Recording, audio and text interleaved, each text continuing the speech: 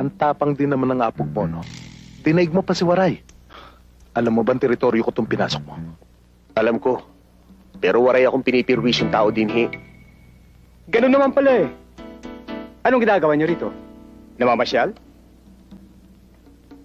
Hoy! Kung gusto niyo mamasyal, doon sa luneta! Tumigil kayo. Alam mo, bata, masyado kang pakialamero eh. Marami na ako naririnig tungkol sa'yo. Kung gugustuhin ko, ngayon pa lang pwede na kita itumba. Pero may natitira pa akong awa. Lalabanan kita ng parehas. Kapag tinalo mo ako, hahawakan mo buong San Andres. Pero kapag tinalo kita,